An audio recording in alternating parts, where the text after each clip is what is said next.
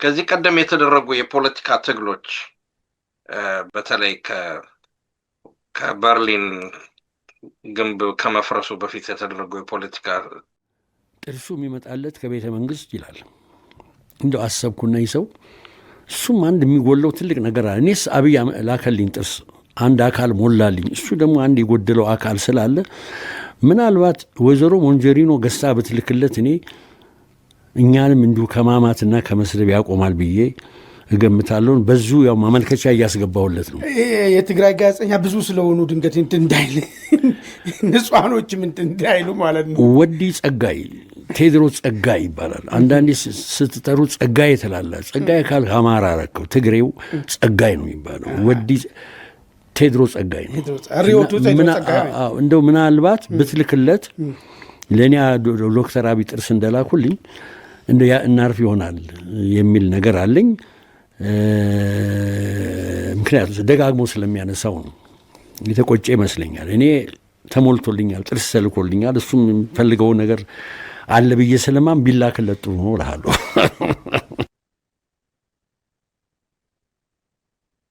የእኛ መሆናቸውን መርሳት የለብህም። ከፈለግን እንወስዳቸዋለን። በአፍህም ካፍህ በሚወጡት ቃላትም ላይ እናዛለን የሚል መሆኑን አነሳን። በዚህም ታሪክ መነሻነት ሰው ራሱን ለአገዛዝ ሲሸጥም ሆነ ሲያከራይ በራሱ ማናቸውም ነገር ላይ የማዘዝ መብቱ እንደሚነጠቅ፣ እንደዚህ ላለ አስከፊ ውርደትም እንደሚዳረግ እንደሚያሳይም አመለከትን። መንግስት መሆኑን አሁን ዳኛቸው የሚስቅበት ጥርስ የመንግስት መሆኑን አምኗል እና ይሄ አስከፊ ውርደት እንደደረሰበትም በገዛ ራሱ አንደበት አረጋግጧል ማለት ነው። እና ይሄ አሁን የሚቀረው የጥብሱ ጉዳይ ነው። እርሱም የጥብሱ ጉዳይ ነው። እርሱም በዛም የሚያወዛግብ አይደለም። በእርግጥም ዳኛቸው በአገዛዝ ጥርስ የሚስቅ አዛውንት ነው። አሁን እንግዲህ ዳኛቸው መቢያውንም ማባያውንም የሚበላውንም የሚመጸወተው ከመንግስት ለመሆኑ አከራካሪነቱ አብቅቷል። ኢትስ አ ፋክት። ድሮም ነበር፣ ግን አሁን ራሱም አረጋግጦታል ማለት ነው። ሰው መጀመሪያ መነሳት ያለበት ነጥብ ይሄ ነው። ሁለተኛ በዚህ ንግግር ውስጥ ያነሳው የጉድለት ነገር ነው። መጀመሪያ ስለ ራሱ ጉድለት ከተናገረውን ጀምር። ዳኛቸው ለእኔ አብይ አህመድ ጥርስ ጎድሎኝ እንዳሟላልኝ ሁሉ ብሏል። እኔ ደግሞ የምለው ዳኛቸው የጎደለህ ጥርስ አይደለም፣ የጎደለህ ህሊና ነው። ኦኬ፣ አፍህን ለአገዛዝ ያከራይኸው ህሊና ስለጎደለህ ነው። ኢንቴግሪቲ ስለጎደለህ ነው። አእምሮ ስለጎደለህ ነው። ክብረ ሰብዕና ወይ ኢንቴግሪቲ ስለሌለህ ነው እንጂ ቤዚክሊ አብይ አህመድ ጥርስህን የተከለልህ ህሊናህን ከነቀለ በኋላ ነው። ስለዚህ እዚህ ጋር ነገርየው ስለ ጥርስ ጉድለት አይደለም። እንደዚህ ያለ ይቀጥላል እንግዲህ እና ሚዲያው ላይ ብዙ ጊዜ የሚታየው እንደዚህ እርስ በርስ ነገር አለው። በእርግጥ የራሳቸውን ምክንያት ሁለትም ቢኖራቸውም ቅሉ እንደዚህ መሰረታዊ የሆነ ነገር ላይ የለም። ንግግሩ እንደዚህ አገራዊ የሆነ ጉዳይ አሁን የምናወራው ጉዳይ በጣም ወሳኝ ጉዳዮች ናቸው። እዛ ላይ ነው ጊዜ ማጥፋት እንጂ እዚህ ላይ አልነበረም። ግን ደግሞ አለመታደል ሆኖ ደግሞ ሶሻል ሚዲያው ይሄን ነው የሚወደው። እያሱ ምን ታደርጋለህ? እንደው የምትለው ካለ ለመጨረሻ እና በዚሁ እንዝጋው። ጥሩ ተስፋ የሚሉበት ደስ ይለኛል በዚህ ጉዳይ ላይ። እኔ የምለው ምንድነው ራሱን የቻለ ንግግር አይደለም። እንደው ጀስት ምንድነው የምለው የፖለቲካው በመጀመሪያ ደረጃ በሁለቱም ሰዎች ዘንድ ማለት ነው አካለ ስንኩልነት ኃጢአት አይደለም ወይንም ደግሞ ክፋት አይደለም። ማንም ሰው በአካለ ስንኩልነቱ ሊሰደብ ሊተች አይገባውም። ቴድሮስን የጎደለው ነገር አለ ሲል አይነ ስውር ነው ማለቱ ነው። አይነ ስውር አንዳንድ ጊዜ ልበ ብሩህም ናቸው ይባላል እና ብዙ በዓለማችን ውስጥ ታላላቅ ሰዎች አይነ ስውሮች ናቸው። የጥርስ ጉዳይ ደግሞ የተለያዩ ምክንያቶች ሊኖሩት ይችላሉ። እሱም ሊሰደብበት ወይም ሊተችበት የሚፈለገው ነገር አይደለም። ሁለቱ መተቻቸትና መነጋገር ካለባቸው ግን በትክክለኛው ሀገራዊ ጉዳይ ላይ የሚያቀርቡት ነገር ትክክል ነው ወይ ትክክል አይደለም የሚለው ላይ ቢያተኩሩ የተሻለ ነበረ። ነገር ግን ይሄ የሚያሳየን ምንድን ነው? በተለይ በጣም አብይም ራሱ ሲሳደብ እንደዚሁ ሌሎችንም ሲሰደብ ሰምቻለሁ። የፖለቲካ ደረጃችን ወይንም ያለን እንትን ምን ያህል እየወረደና እየዘቀጠ እንደመጣ ነው እና ክብረ ነክ ነው። ባህላችንም አይደለም፣ ስነ ምግባርም አይደለም። በዓለም አቀፍም ደረጃ በትልቅም ደረጃ ስትመለከተው ኤጅ ዲስክሪሚኔሽን፣ ዲስኤቢሊቲ ዲስክሪሚኔሽን፣ ሴክስ ዲስክሪሚኔሽን ምናምን እያለ የሚሄደው ነገር አለ። እንደ ክራይም እንደ ወንጀልም ነው የሚታየው እና ስልህ በዚህ ደረጃ ላይ ወርደው ባይነጋገሩ ጥሩ ነው። ያ ዶክተሩ ብዙ የተሳሳተ ነገር አለው። ግን የአብይ አገልጋይ የሆነ እሱ ብቻ ሳይሆን እነ ጻድቃን እነ ጌታቸው ምኖችም አለ አስተሳሰቡ የሚለውን ነገር እዛ ላይ መሞገቱና ትክክል እንዳልሆነ ማሳየቱ ጥሩ ነው።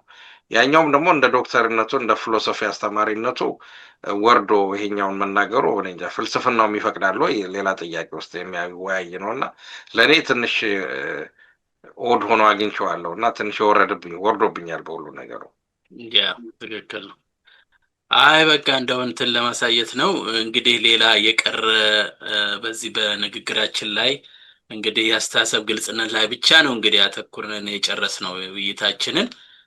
የቀረ አለ የምትሉት ነገር ካለ አንዳንድ ደቂቃ እሰጣለሁኝ ወይም ደግሞ እንደማጠቃለያ ዛሬ ከተነጋገርነው ይዘን የምንወጣው ጭብጥ ምንድነው የሚለውን እሷን ገለጽ አድርገን እንግዲህ ዛሬውን በዚሁ እንቋጨው። ተስፋ ቢያጠቃልለው ደስ ይለኛል። እሺ አዎ ይህንን ቪዲዮ በሚመለከት እኔ የኢያሱን ትችት ሙሉ በሙሉ እጋራለሁ። ምክንያቱም ያለንበት ጊዜ አሁን አገር በቀውጢ ጊዜ ውስጥ ያለችበት ሁኔታ፣ አማራው ደግሞ ለህሉና ትግል ላይ ታች የሚበት ሁኔታ ነው። ግን በዚህ ደረጃ የእንትኑ የክርክሩ የውይይት ደረጃ በጣም ዘቅቷል፣ ወደታች ወርዷል እና ይሄ ያሳዝናል። ምክንያቱም ሁለቱም እኔ ሳይ አስተዋጽኦ ሊያደርጉ ይችላሉ በአስተሳሰብ ውይይት አለ አይደለም ጥራት፣ ሁለቱም የራሳቸው አቅም አላቸው። ይሄ ነው ማለት ግን ያሳዝናል። ይሄ ግን እንግዲህ ዋናው ነገር ሌላው ደግሞ ምንድነው ይሄ በሚዲያ ይሄኛው ትንሽ ሳቢ ሆነ፣ ግን በሚዲያ የሚቀርቡት ውይይቶች ትችቶች ሁልጊዜ ትንሽ እንደው ፈንጠር ብሎ የትም የማይሄዱ ያንን ይሄ የተለምዶ ይሄ ግለሰባዊ ላይ ያተኮሩ ወይም ደግሞ የተወሰኑ ጥቃቅን ጉዳዮችን ወደ ላይ ወደ ታች ማድረግ ነው እንጂ እኛ እንደሞከር ነው እኛ ወደፊትም እንደሚታየኝ መሰረታዊ የሆኑ የአስተሳሰብ የአሰራር የፖለቲካ እንቅስቃሴ ፋኖነት ሳይቀር ፋኖነት ምንድነው ትርጉሙ እንዴት ነው ምን ማለት ነው ለሀገር ምን እንዴት ነው የሚበጀው እሱን ሁሉ ብዙ ጉዳይ አለ አንገብጋቢ የሆኑ ጉዳዮች እና ወደዛ ሚዲያውም ሆነ ሌሎች ተቺዎች ወደዛ ቢዞሩ ጥሩ ነው ብዬ አስባለሁ። እና ግን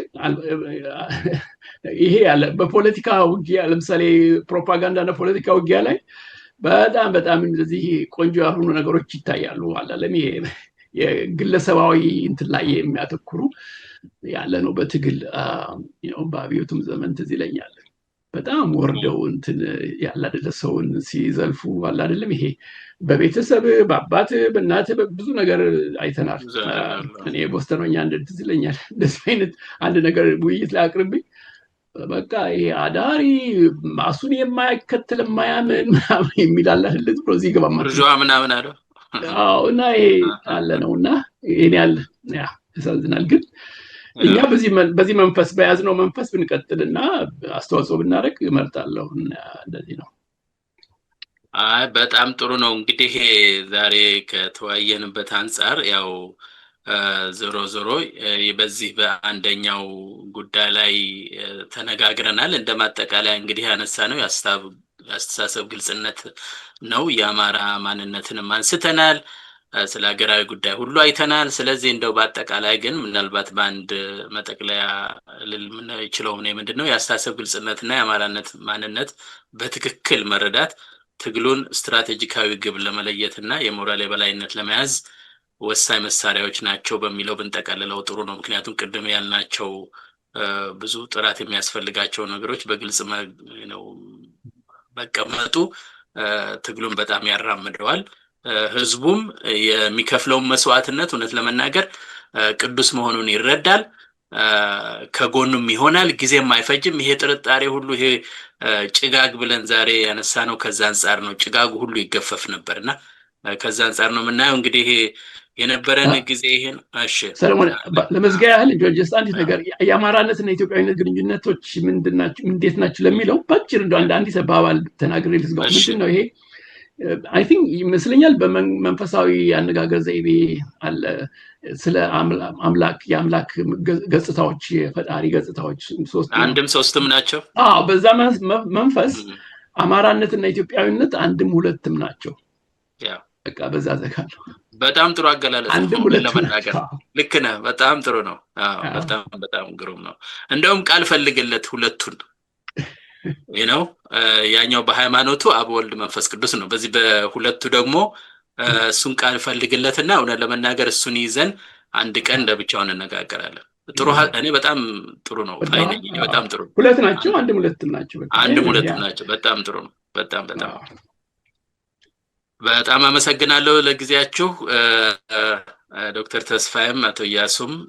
እንግዲህ የነበረን ጊዜ ይሄ ነው። በአጭር ጊዜ ምናልባት በ2-3 ቀን ውስጥ ተመልሰን ይሄ ሁለተኛውን ርዕስ እንደምንወያይበት ቃል መግባት አለብንና ግማሽ ነው የሄድነውና አንድ ግማሹ ይቀራል። እንደውም ሌላውን ሶስተኛውን አስቀምጠን ነውና እስቲ እንቀጥላለን። አድማጭ ተመልካቾቻችን እንግዲህ መጀመሪያ ያው ዶክተር ተስፋዬና አቶ ኢያሱ በጣም አመሰግናለሁ። አድማጭ ተመልካቾቻችን እንግዲህ የነበረን ጊዜ የተገደበ ጊዜ ነው። በ1 ሰዓት ከ30 ውስጥ ጨርሰናል። በሚቀጥለው ጊዜ እስከምንገናኝ ጤና ይስጥልኝ።